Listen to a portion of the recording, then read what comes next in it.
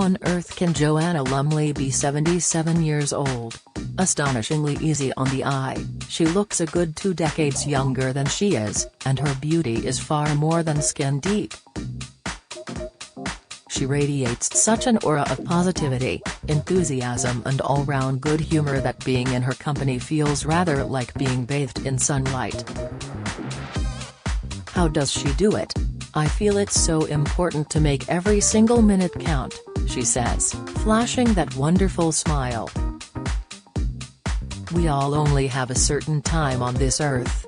The first 20 or so years are taken up with growing up, then there's work and possibly raising a family.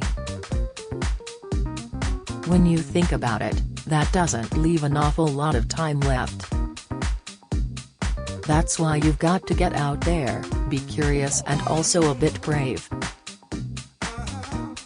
Explore and meet different kinds of people. It beggars belief what you end up discovering as a result, and this can only enrich your life." Joanna has an endless curiosity about her fellow human beings. Nowhere is this more apparent than in her famed TV travelogues, the most recent of which, Joanna Lumley's Spice Trail Adventure, was broadcast on ITV last month. "During my travels around the world and also in this country, I have had the greatest good fortune to meet so many different kinds of people, all ages, races, religions, shapes, sizes and colors," she enthuses. "The older I get, the more I realize we're all exactly the same, and yet completely different." Michelle Keegan cozies up to Joanna Lumley in emotional final goodbye. "The truth is that human beings are tribal.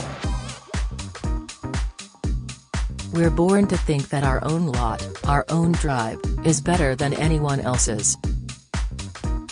You still get this in football teams. Yet the kindness and courtesy of some of the people I've met has taken my breath away. We must get over the feeling that we are somehow different from others because they don't look like us, live like us, behave like us." Joanna believes one way we can all overcome this tribalism is to pay closer attention to the strangers we meet. When you talk to somebody, talk to them utterly. Concentrate on them utterly. Because then a 5-minute conversation becomes fascinating no matter who you're talking to. Everybody is like a jewel. The stories we've all got inside us, if you can find that, you can make people feel assured, and then the oyster shell opens and out come the pearls. You should never ignore anyone. They have all got a story and are all just as valuable and as important as you are. Joanna suggests we also pay closer attention to our existing friends.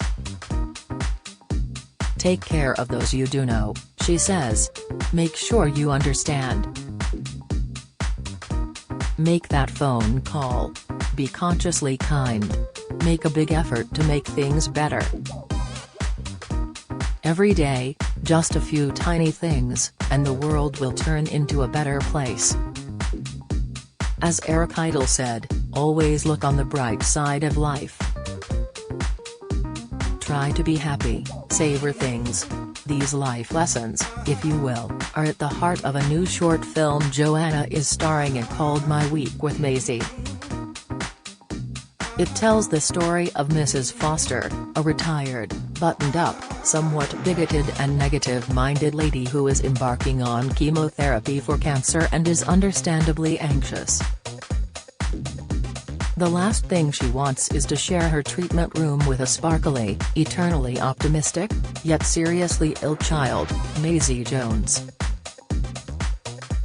But through their unexpected friendship, Maisie gives Mrs. Foster much more than just a glimmer of hope.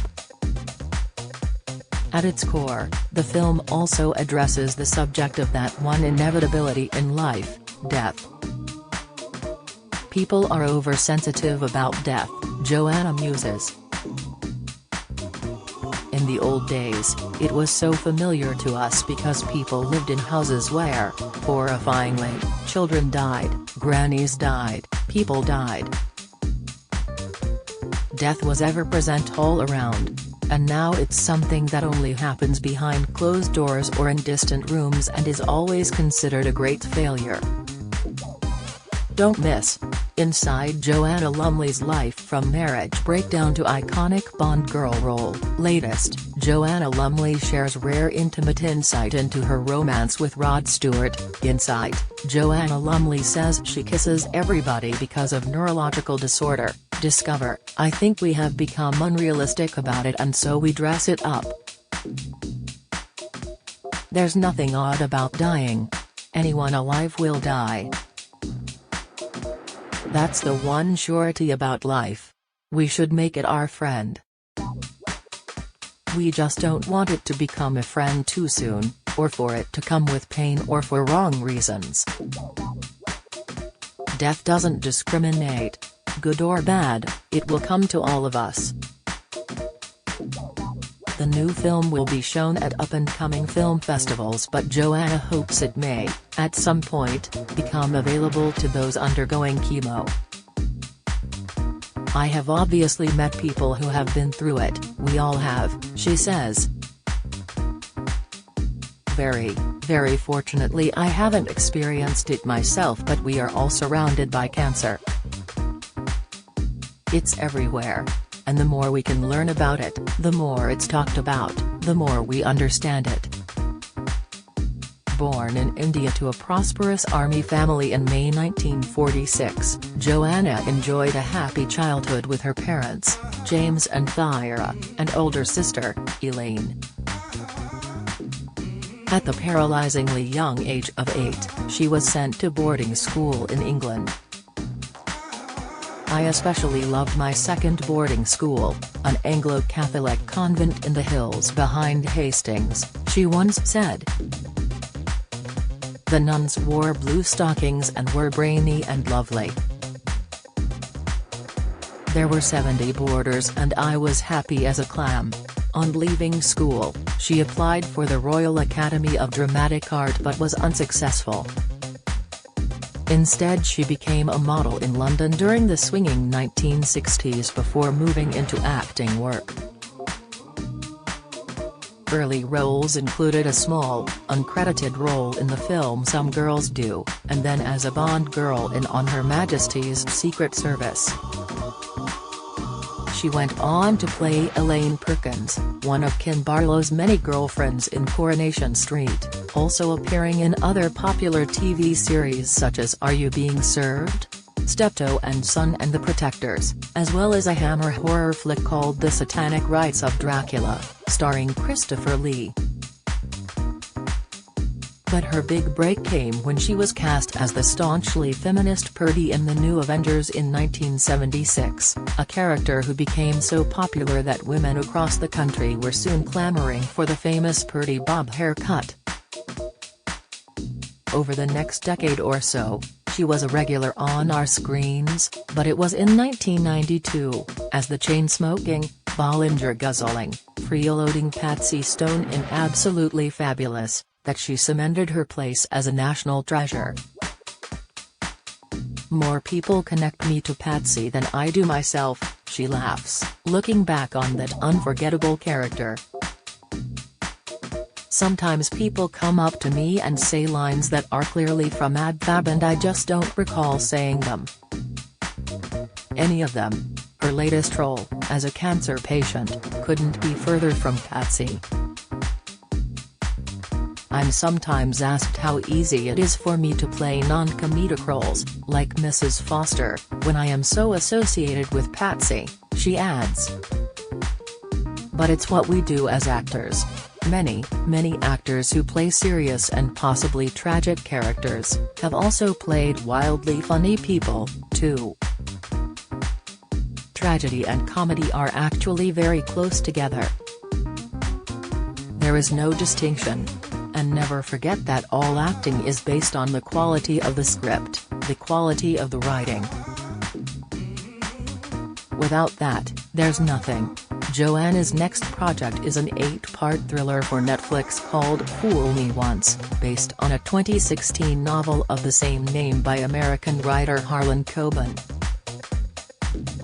It will be broadcast in January next year. We've been shooting since February and so it's been 8 months, she explains.